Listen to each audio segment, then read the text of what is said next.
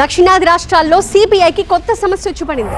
ఇన్నాళ్ళు ఒక నాయకుడి కిందే నడిచిన కామ్రేడ్స్ ఇప్పుడు తమకు కూడా పదవులు కావాలి అని పోటీ పడుతున్నారు. అటు సీనియర్స్ ఇటు జూనియర్స్ కీలక పదవి ఆశిస్తూ ఉన్నారు. ఈ నేపథ్యంలో ఏం చేయాలో అర్థం కాక కార్యవర్గ ఎంపికని 2 రాష్ట్రాల్లో కూడా పార్టీ వాయిదా వేసుకుంది. ఇంతకీ కొత్త కార్యవర్గం ఎప్పుడు వస్తుంది?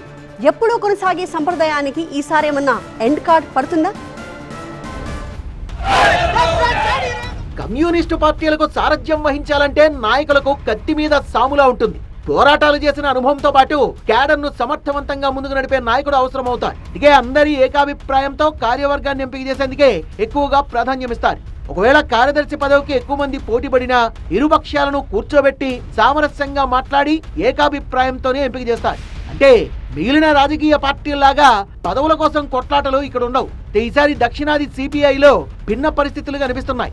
ఏకాభిప్రాయం కుదరకపోవడంతో కమిటీల ఎంపిక వాయిదా పడింది. మొన్నటికి మొన్న తమిళనాడులో, ఇప్పుడు ఏపీలో సిపిఐ రాష్ట్ర కార్యదర్శి ఎంపిక విషయంలో ఏకాభిప్రాయం కుదరలేదు.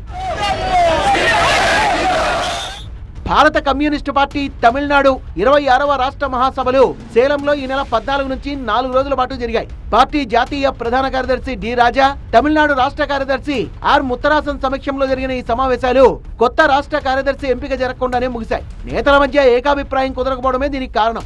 ఏపీలో కూడా ఇదే వరుస. ఈ నెల 23 నుంచి 25 వరకు ఒంగోలులో సిపిఐ రాష్ట్ర 28వ మహాసభలు జరిగాయి. ఈ మహాసభల్ని పార్టీ ఘనంగా నిర్వహించింది. కానీ కార్యవర్గాన్ని ఎంపిక చేయకుండానే సభల్ని ముగించాల్సి వచ్చింది. కొత్త కార్యదర్శి ఎంపిక కోసం 101 మందితో కౌన్సిల్ ఏర్పాటు చేశారు. 31 మందితో కూడిన రాష్ట్ర కార్యవర్గాన్ని కౌన్సిల్ ఎంపిక చేసింది. ఆ తరువాత జరగాల్సిన రాష్ట్ర కార్యదర్శి, సహాయ కార్యదర్శి పదవుల కోసం పోటీ ఎక్కువగా ఉండడంతో తమిళనాడు తరహాలోనే ఏపీలో కూడా వాయిదా వేశారు. చండీగఢ్ వేదికగా సిపిఐ జాతీయ మహాసభలు సెప్టెంబర్లో జరగనున్నాయి. ఆ మహాసభల అనంతరం ఏపీ, తమిళనాడులో కొత్త రాష్ట్ర కార్యదర్శిని ఎంపిక చేయాలని పార్టీ నిర్ణయించింది. ఈ అర్జెంట్ పనుల్లో ఈ మహాసభలు అయిన అనంతరం మళ్ళీ కౌన్సిల్ పెట్టండి, కౌన్సిల్ వరకు పాత కమిటీ మీరు కొనసాగండి అని చెప్పారు. కాబట్టి మేము పాత వాళ్ళు మేము కొనసాగుతాం. నెక్స్ట్ జాతీయ మహాసభలు, చండీగఢ్ మహాసభల అనంతరం స్టేట్ కౌన్సిల్ సమావేశాలు విజయవాడలో నిర్వహించుకొని మా పార్టీ జాతీయ నాయకులు కూడా ఆహ్వానించి అక్కడ మళ్ళీ కొత్తగా కమిటీని అనౌన్స్ చేస్తాం. సిపిఐ నిబంధనల ప్రకారం ఒక రాష్ట్ర కార్యదర్శి వరుసగా 3 సార్లు మాత్రమే ఎంపిక కాగలరు. 2015 నుంచి తమిళనాడు రాష్ట్ర కార్యదర్శిగా ముత్తరాసన్ పదవిలో ఉన్నారు. ఏపీలో కూడా 2014 నుంచి రామకృష్ణ ఈ పదవిలో ఉన్నారు. తమిళనాడులో ఆర్ నల్లకన్ను వరుసగా 4 సార్లు రాష్ట్ర కార్యదర్శిగా ఎంపికయ్యారు. ఇదే సూత్రం తమిళనాడు, ఏపీలో కూడా వర్తిస్తే తమిళనాడులో ముత్తరాసన్, ఆంధ్రప్రదేశ్లో రామకృష్ణ మరోసారి పదవిని చేపట్టే అవకాశం ఉంది. అందరూ ఏకాభిప్రాయానికి వస్తే ఇది సాధ్యమవుతుంది. కానీ ఈసారి సిపిఐలో ఆ పరిస్థితి కనిపించడం లేదు. యువ నాయకులు కూడా పదవుల కోసం పోటీ పడుతుండటంతో ఎన్నికలు అనివార్యంగా కనిపిస్తున్నాయి. కాస్త ఆలస్యమైతే కావచ్చు కానీ ఏకాభిప్రాయానికి తీసుకురావడానికి పార్టీ ప్రయత్నిస్తోందన్నారు సీనియర్ నేత రామకృష్ణ. మా పార్టీలో ఇది ఆనవాయితీ ఏమంటే, మేము ఏదో ఇద్దరు పోటీకి వచ్చారు కాబట్టి ఎలక్షన్ పెట్టమని అట్లా చెప్పము. మేము వీలైనంత వరకు కన్సెన్సస్ తేవడానికి ప్రయత్నం చేస్తాము.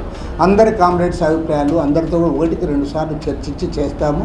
కొన్ని సందర్భాల్లో ఏం చేస్తామంటే, మేము మా జాతీయ నాయకత్వాన్ని కూడా ఇన్వాల్వ్ చేసి వారి సూచనలు కూడా తీసుకొని వారితో కూడా కామ్రేడ్స్తో మాట్లాడించి దాన్ని ఒక దశగా తీసుకొని వస్తాం. ఏకాభిప్రాయం కుదరకపోవడంతో రామకృష్ణ స్వచ్ఛందంగా తప్పుకోవడానికి సిద్ధపడ్డారు. గుంటూరు జిల్లాకు చెందిన సీనియర్ నేత ముప్పాళ్ల నాగేశ్వరరావు, కడప జిల్లాకు చెందిన యువ నాయకుడు గుజ్జుల ఈశ్వరయ్య ఈ పదవి కోసం పోటీ పడుతున్నారు. నేపథ్యంలో ఎవరికి పదవి దక్కుతుంది అనేది ఆసక్తిగా మారింది.